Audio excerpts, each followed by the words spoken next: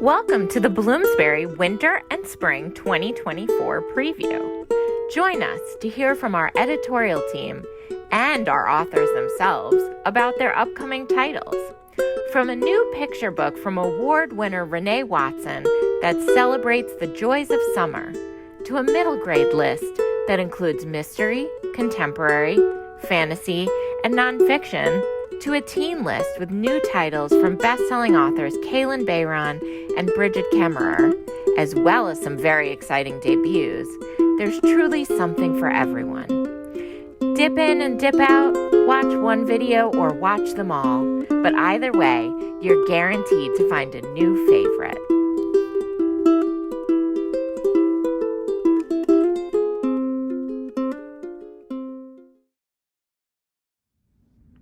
I couldn't be more thrilled to share with you Summer is Here, a gorgeous picture book from two fabulous creators, both New York Times bestselling Black women, award-winning author Renee Watson and bestselling illustrator B. Jackson. Summer is Here is an entirely refreshing picture book full of Black joy. With a spare poem of a text, it follows a young girl from waking up to going to sleep at night, taking in all the sensations and moments of a beautiful summer day. She feels summer in the warm sunshine, tastes it in fresh berries, finds it in the energy of swimming in a pool with friends and the bright colors of their swimsuits, the dance of jump ropes, a cookout in the shade of a park with the sounds of burgers sizzling on the grill, the splash of water balloons, the iridescence of bubbles, the song of the ice cream truck, and the sweetness of a cold treat with a friend before darkness falls and it's time to sleep in cool summer breezes. The book is populated by an adorable, beautiful cast of characters. These kids are ever so endearing, and B. Jackson's art is so beautifully lit. I don't know what's more electric, the colors or the joyful expressions on their faces. This is our big picture book for spring. We couldn't be more excited to share it with readers. We hope you'll love reading Summer is Here and all the sensations included in the experience. Hello, I'm Anu Chauhan, and I'm the author and illustrator of Hair Oil Magic. This is an intergenerational story for young readers about cultural tradition, self-care, and bonding. The story follows Minu, a little girl who always looks forward to her weekly magic hair day.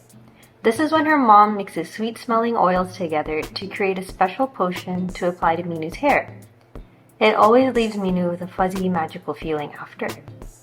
One day, she tries to mix oils and show her mom and grandma that she can do magic hair day all by herself. But no matter what she does, that fuzzy and magical feeling just isn't there. But when her mom helps her, the feeling returns. Was it the magic in the oil, or was it something else? This book was inspired by my own experiences having my hair oiled by my mom when I was younger. The ritual of hair oiling between parents and their children goes back thousands of years for people from South Asia, and it is still widely practiced to this day. The character designs for Mommy and BG were subtle shoutouts to my own mom and grandma, as I designed them wearing outfits similar to what they wore back when I was a kid. As for the book as a whole, the entire story takes place in Minu's house, and I wanted all the art to feel warm and comforting, so I used a lot of softer colors and shapes. I hope that the themes of this book will feel familiar to many readers and their parents, but I also hope to help introduce the practice of hair oiling to others as well. Hair Oil Magic is my author and illustrator debut. I'm really excited for this book to be out there in the world, and I hope you look forward to it. Thanks so much for watching.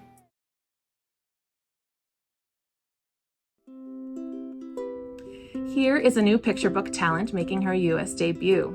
It's Tiny Wonders by Sally Sowell Hahn. Tiny Wonders is about a child who is dismayed at how busy and bored all the adults around her seem to be. But she learns from her grandmother that flowers have a secret language. Each one has a special meaning, and that dandelions, those early, sturdy, stubborn flowers, mean happiness. And so the girl starts to look for ways to share that happiness. The gardener, of course, wants no part of dandelions, but one adult tells her that you can wish on dandelion seeds, and so the girl does. We all know there isn't a child in the world who can resist a dandelion, in either the small yellow bouquet kind of variety or the whimsical, floaty, wish-blowing kind. And that's the kind of irresistible appeal I find in this book, too.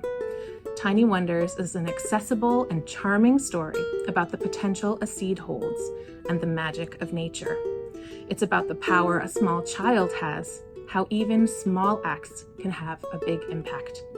And it's also about the power of wishes and how a sense of wonder can turn the ordinary into the extraordinary.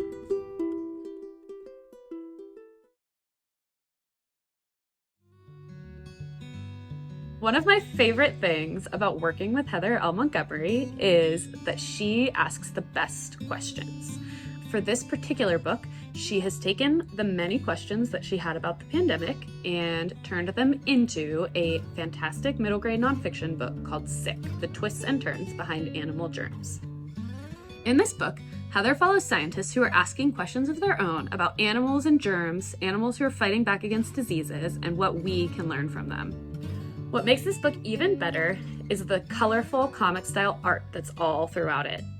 We worked with illustrator Lindsay Lee, who is great at distilling the scientific concepts down and making them really inviting and kid-friendly. It's perfect for graphic novel readers.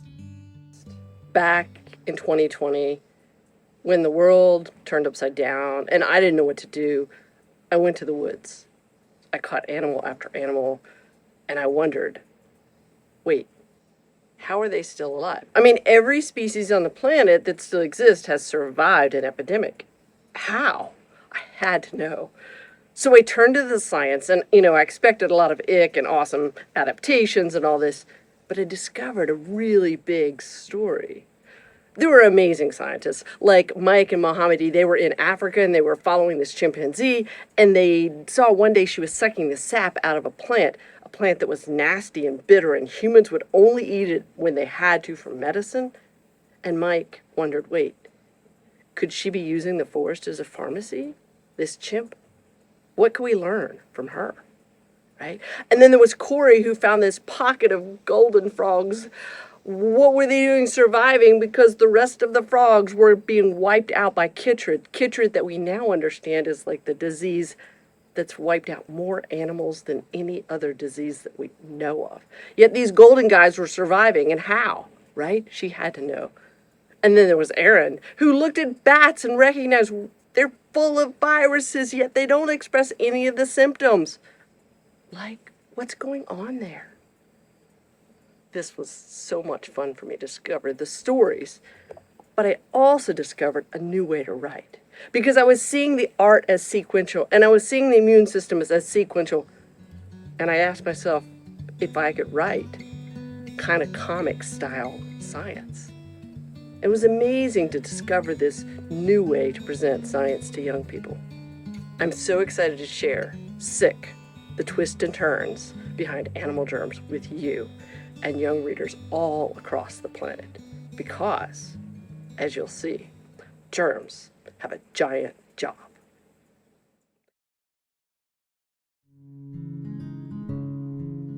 I'm Debbie Levy, and this is my new nonfiction picture book, Change is in the Air: Carbon, Climate, Earth, and Us, with illustrations by Alex Boersma. The Earth has amazing powers to heal itself, but I was first drawn to the 3 Earth healers highlighted in this book, dirt, kelp, and mangroves, simply because I've long found these 3 ecosystems awesome. Mangroves, those masses of roots above water. Wow.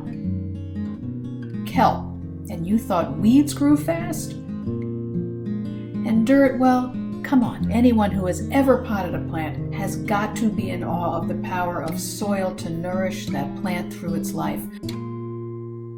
More recently, I kept coming across articles and books and studies and films that showed how dirt, kelp, and mangroves are remarkably effective at removing climate change-inducing carbon dioxide from the air and seas.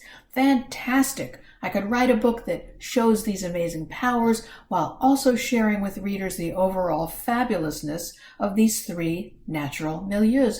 So I did, but as I know you know, there is too much carbon in the atmosphere for dirt, kelp, and mangroves to clean up all by themselves.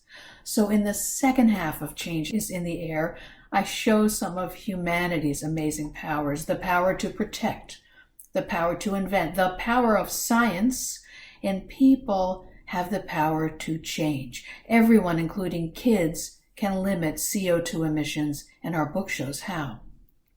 I wrote Change is in the Air because change is in the air all around our young readers. Kids are living through more intense storms, more extremes of weather. There's no avoiding it. I wanted to present an accessible, honest picture of the problem, but also a hopeful one. And we can be hopeful. In researching and writing this book, I spoke with scientists working in 4 different disciplines, and they all spoke with great optimism. This felt profound to me. If these scientists, with their front row seats to the challenges and the possibilities for change, are hopeful about the future, so can I be, and so can kids. I hope you enjoy our book.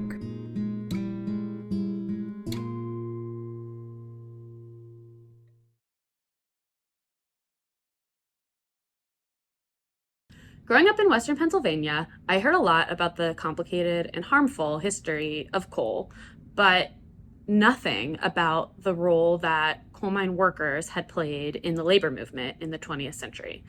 Appalachian mine workers secured some of the most important gains for workers in this time period, and this book, The Mine Wars, explores that story. This is the story of the Mine Wars, the fight that ensued when miners in West Virginia tried to form a union to protest unsafe conditions, poor pay, and the power that mine bosses had over their livelihoods, families, and the entire community.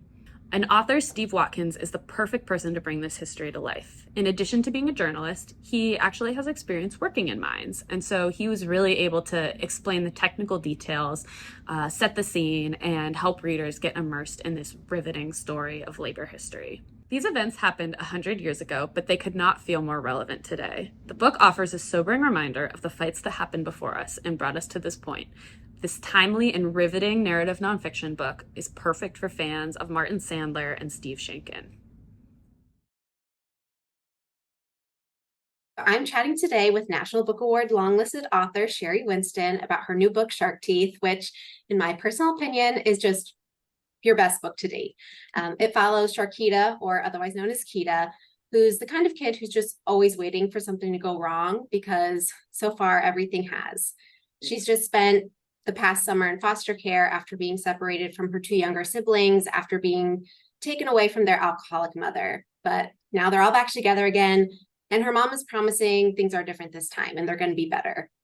And Kita is just so desperate to keep her family together. But when the cracks in her family start to show again, she starts to wonder if staying with her mom is actually what's best for her and her siblings and her mom too. One of my favorite characters in the book is Khadijah, otherwise known as Dr. Saperstein, who's both Kita's assistant principal and dance team coach. And she becomes really the first stable adult figure in Kita's life. So Sherry, did you find it important to include a reliable adult in Kita's story, especially since she's often having to step up and be the grown-up in her family? This book is something that's dear to my heart because I knew Kita as a person growing up. And then later in life, I met a woman who was really a real life Kita. And I think, I don't remember, 6th grade, 7th grade, her principal adopted her. She credits that woman with saving her life, with changing her life. And I thought it was important, not only for kids, but hopefully for any adults who read it, who see that there is some child struggling in the school, in the neighborhood, in their church. And you know what's going on in that house. These are people the children aren't being well cared for. Step in, call somebody, do something. What do you hope kids who are reading Kita's story take away from this book too? That there can always be light after the tunnel. I think about my friend who was adopted by the principal. And, she is a thriving and surviving adult. So you don't have to become the victim of your circumstances. You can be the survivor of your circumstances. And I think if kids know that, it will take away some of the sense of futility, I hope. There's definitely plenty of hope in this story, and it's so remarkable. So thank you, Sherry. Here's a lovely middle grade fantasy for unicorn lovers and magic school fans. The Unicorn Legacy Tangled Magic by Camilla Banco, author of the Unicorn Quest series. In the world of Arden, magic is practiced in 4 guilds. The tillers who coax magic from plants, forgers from metal, gemmers from jewels, and spinners from thread. The source of all that magic, though, is unicorns, creatures of pure magic. But for hundreds of years in Arden, the unicorns have been missing, hunted for their magic to the point of extinction.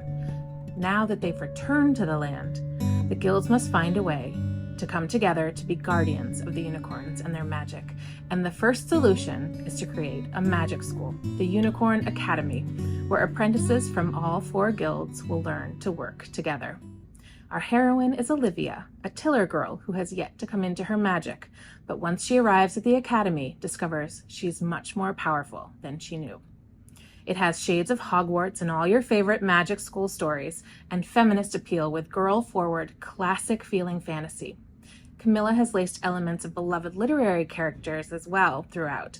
Careful readers will find that Olivia is close kin with Anne Shirley of Green Gables, with her outsized imagination and penchant for storytelling, and also Harriet the Spy, as she uses her magic skills to dig into the high-stakes mystery at the Unicorn Academy and right wrongs in the world of Arden. This is the first in a new 2-book arc, and I hope you'll hand it to readers ready to be swept away by the magic of one very curious girl who just may be the hero to save her world from catastrophe. Trouble in the Tangerine is the latest middle grade novel from award-winning author Gillian McDunn. Did you like the heartfelt family and friendship dynamics in all of Gillian's prior books? If so, this delightful mystery will satisfy on so many levels. When this story begins, we meet Simon, who is the main character, and he and his family have moved many, many times in their life. So unbeknownst to his parents, Simon is very tired of doing all of that moving. He's decided that he wants to stay and put down roots somewhere. So he starts hinting around to them and suggesting a new town for them to go to that he thinks is just going to be the perfect fit for them.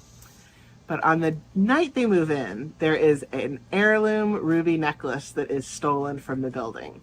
So immediately, Simon's parents are just not really sure that this is a good idea, after all, for them to live there. He'll need to solve this crime and fast. And lucky he already has a new friend who loves a good mystery.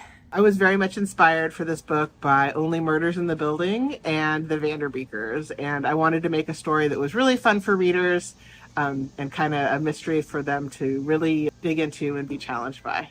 With humor, charm, and chock full of fun references to Hitchcock, true crime podcasts, and more, Gillian McDunn offers readers a sweet, accessible story perfect for fans of Rebecca Stead. Hi, I'm Meredith Ireland. I'm the author of the upcoming Emma and the Love Spell. Emma is about a 12-year-old girl who has secret magical powers in that she's never supposed to use. But Emma has a problem. She has a secret crush on her best friend Evangeline, and Evangeline's parents plan to get divorced. So Emma, distraught, decides that maybe she can use her magic to get her best friend's parents to fall back in love, because really, what can go wrong? So I began writing middle grade because my children became of age, and I wanted to create books where they could see themselves as the main characters in a way that I didn't get growing up. But when I started writing Emma, the book bans started and rhetoric started that I really hadn't heard since I was a child. So I feel that now more than ever, we need diverse books. We need stories where children, no matter who they are, can feel that it's okay to be just the way they are. So I wrote Emma, which is this fun, magical spin on The Parent Trap. It has a snarky mind-reading cat and a wise cockatoo and an evil baker. But in the book, queerness it's an allegory, so the magic stands in for queerness. Emma's parents are okay with everything about who she is except for the magic. They feel like they are okay with the way she is, but they're just worried about how the outside world will view her. So Emma wakes up with these powers out of nowhere, and her parents, and she don't know if it's just a phase, if they'll just go away, or if this is something that she will be for the rest of her life. And what I really want children to take out of this is that it is okay to be who you are, that the things that make you different are also the things that make you special. So thank you for listening, and I hope that you will pick up a copy of my middle grade debut. Hello, everyone. I'm so excited to be talking to Stephanie Lucianovic today about Hummingbird Season, her book that is a story I think many of us will relate to and remember. Archie's life has been turned upside down by COVID-19. And even though he spends all day, every day with his family, he's feeling more alone than ever because he feels like everybody else is adapting to their new life just fine. And he's struggling. And the bright spot of his day is looking at the hummingbirds outside his window, but then his favorite hummingbird goes missing amidst the California wildfires. And so he has to find a way to find hope and find his voice in a time when hope is so hard to hold on to. Stephanie, I've said this a million times before, but I'll say it again. If there's any book about the pandemic that I think people should read, I genuinely believe it is this one. It's just so honest and healing. And honestly, like I feel like a part of myself was healed after reading it. So I'd love to know kind of your inspiration behind this and, you know, why you felt like you wanted to tell this story. So in the beginning of the pandemic, when my two kids and myself and my husband were locked together at home, I was blessed or cursed with feeling very productive. For some reason, I felt compelled to not back away from the idea of chronicling what we were going through, but there was something within me that felt like I really needed to put it down in words, what was happening in our house, what was happening down the hall with my son and his distant learning, with my younger son, who I was with in the living room on most days, listening to him go through his classes. And it was because of their struggles that I felt I wanted to do something that we would never forget about this time. So a novel in verse, which I'd never attempted before, but always wanted to, it came out very naturally because I got very close to the bone, I feel like, when it came to his emotions. It's just the perfect way to tell this story because it has that kind of staccato feel that felt like so many of our lives took on, where we just felt stuck. And I'd love for you to actually read a piece if you have time. This is called Wishes and Brothers and Dandelions and Nests. Even though the smoke is gone for today, even though his friends are still outside, my brother comes inside. He's holding a dandelion. I read that hummingbirds use dandelion fluff in their nests to keep them warm, he says. He sees my angry eyes and spins his words together very fast before I can get my mad words untangled. I'm sorry I read your book without asking. I know it's yours. I was just interested because you are, he says. Hank has never been interested in what I'm interested in because he was always interested first. By the time I discover it, he's done with it, over it, bored. But not this time. My words lose the mad. My words loosen, untangled. It's okay, is all I say. It's so good. I love it so much. Thank you.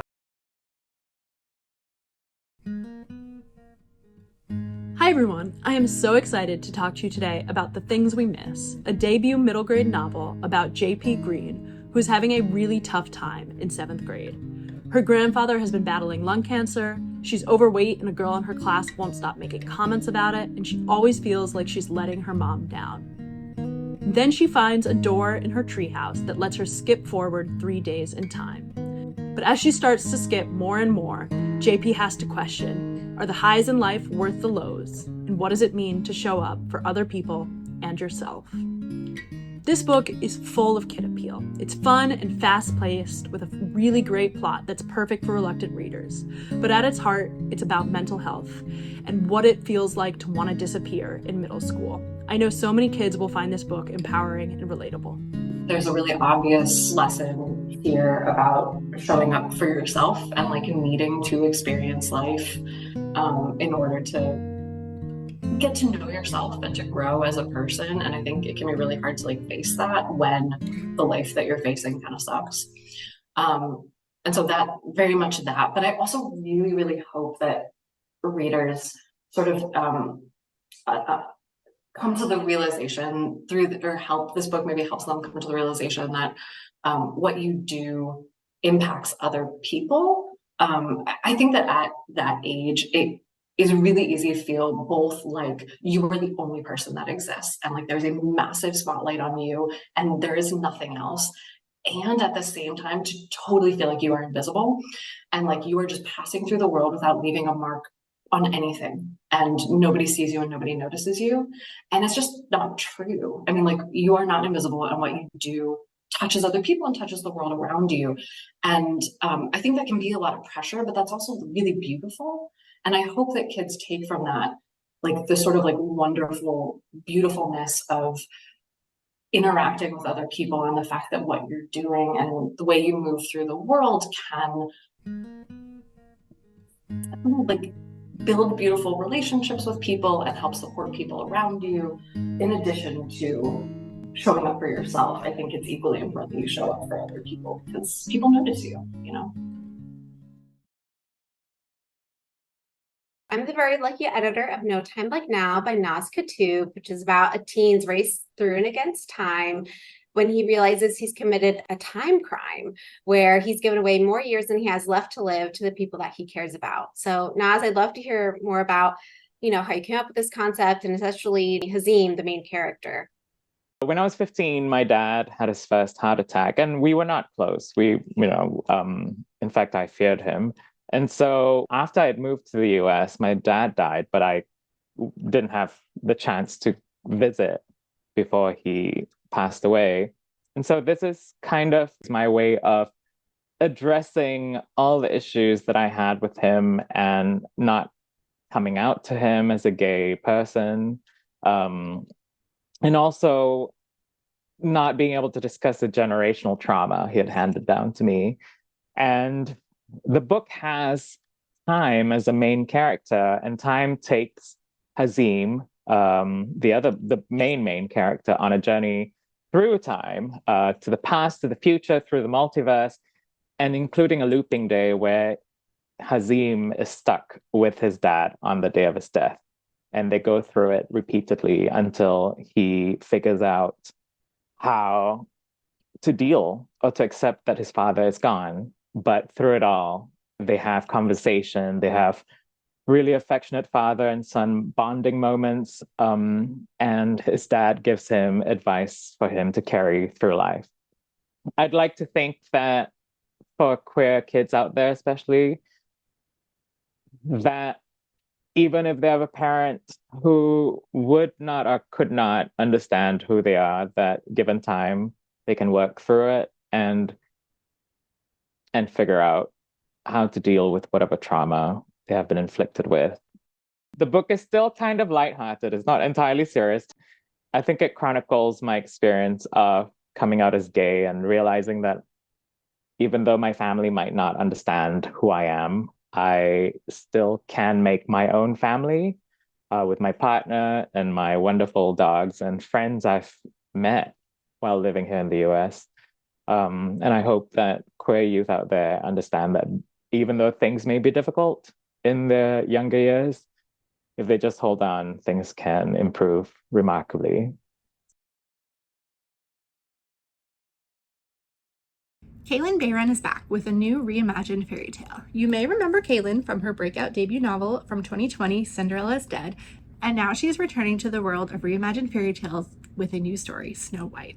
In her next novel, Sleep Like Death, which is a completely standalone story, even though Eagle Eye readers may find some details from Cinderella is Dead, in this action-packed story, Princess Eve was raised with one purpose: to destroy the knight who has been terrorizing the land of Queensbridge her entire life.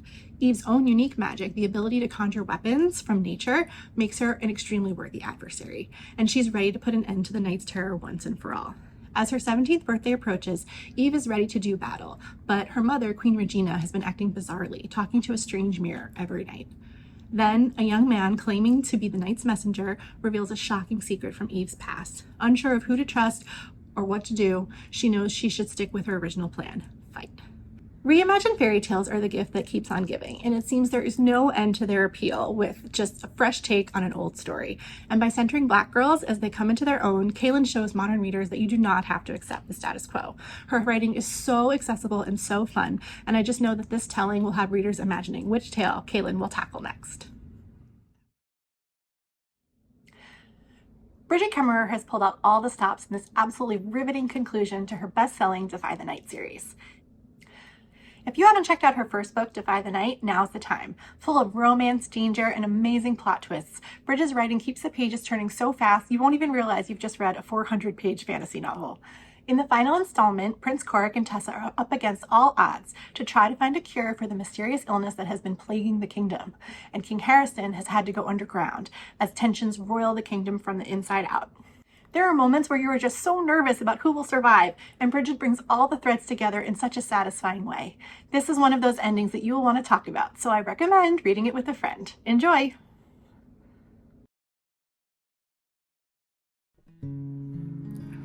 I'm excited to tell you about The Dark Fable by Catherine Harbour, an immersive magical heist novel. I'll start by quoting the motto of The Dark Fable. We are the Dark Fable. We are the spirits of revolution and revenge. We are the thorn in your side, the bitter in your cup. We are the ink spill over the stories of tyrants. That should give you a good idea of how richly imaginative Kathy's writing is and the kind of danger in store. I like to describe this book as if the teens of Gossip Girl had magical powers and performed daring worldwide heists.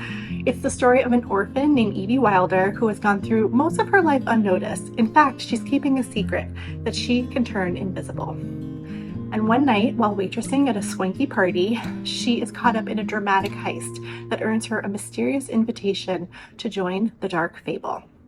Turns out a girl who can turn invisible is actually very helpful to an international group of thieves who whisk away obscure artifacts. And Evie, who has never felt wanted by anyone, cannot resist the invitation.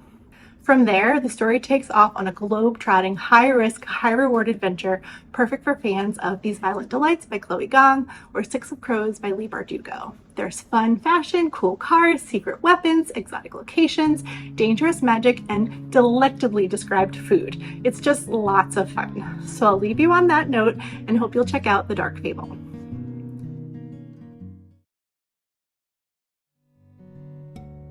I'm super excited to be talking to Meredith Adamo today about her book, Not Like Other Girls, which is about Jo, who has become an outcast after her nude photos were leaked to the entire school. So when her best friend, or rather ex-best friend, Maddie, comes looking for her help, Jo assumes it's a joke until Maddie goes missing.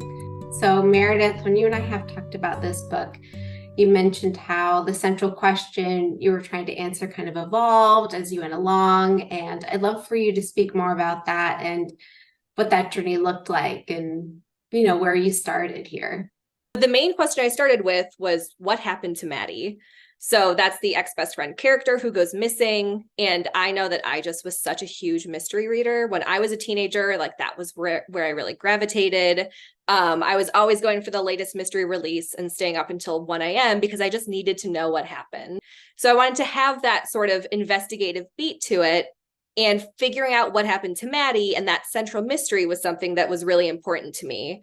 I wanted readers to be really engaged. I wanted them to just keep turning the page and need to know what happens. One of the things that really resonated with me in this book especially was the friendship breakup between Maddie and Jo and what happened between them. And I know that was kind of the next layer you were looking at. So I'd love to hear more about how you investigated their friendship breakup too. I think that when the question of what happened to Maddie evolved, it evolved into what happened to Maddie and Jo, where their friendship breakup and sort of the circumstances of what made them not be friends anymore becomes its own mystery. And I think that the idea of a friendship breakup was something that I wanted to explore because I went through that when I was a teenager. So investigating what happened between the two of them to me looked like something where you could see the trajectory of their lives went so differently, where Maddie is well-liked, she's smart, she's just this kind of like average high school girl, and Jo was this really effortless, cool girl who is now an outcast. So you can see that their paths really just diverged. And that's like such a complex part of the book. And what the most complex area to me was Jo and the emotional journey that she goes on.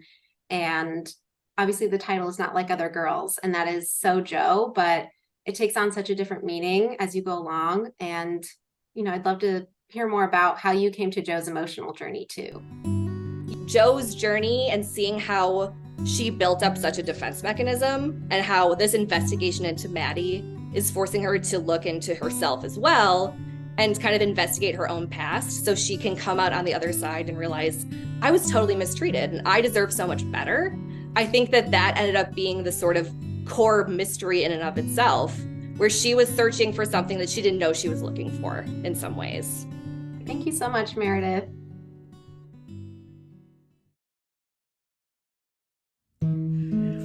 This Is How You Fall in Love is a tropey and swoony YA rom-com about Zara and Adnan, lifetime best friends. Everyone thinks, obviously, belong together forever. They do love each other, just not like that. So when Adnan begs Zara to help cover his new secret relationship by pretending to be his girlfriend, she doesn't really hesitate, but it gets hard to keep up the pretense when it starts to feel less like pretend. And can Zara and Adnan really be in love if they both have real feelings for someone else? Do they, don't they, will they, won't they? Either way, it's a fun, compelling read where love is celebrated in many forms. Plus, not the ending you're expecting. It's got great Desi rep, charming humor, adorable romantic tropes. Fake dating is my personal favorite. Plus, thoughtful discussions of family dynamics, friendship, and all kinds of love. And it's from an exciting debut voice. We're so happy to introduce author Anika Hussein and her funny, banterful, delightful contemporary voice in This Is How You Fall in Love.